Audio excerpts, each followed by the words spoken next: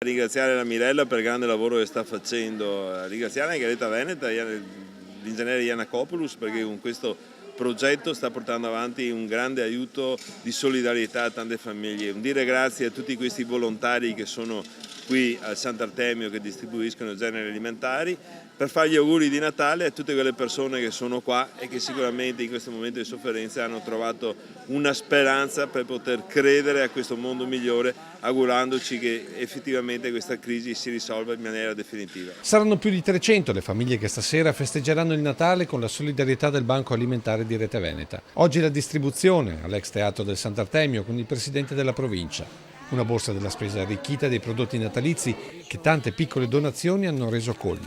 Panettone, bottiglia, olio, caffè, tutto quanto. Proprio una cosa bellissima e sono stati molto contenti. E devo ringraziare tutti i cittadini di tutto il Triveneto che hanno mandato di tutto e di più. È stata una giornata felice perché ho visto andare via le famiglie col sorriso. Bambini, adulti, anziani, e questo ci fa onore. Ma le sorprese del Banco Alimentare non finiscono qui. Volevo dire che il 5 gennaio quelli che sono qui e che hanno bambini piccoli possono venire a Rete Veneta a ritirare la calzetta della Befana.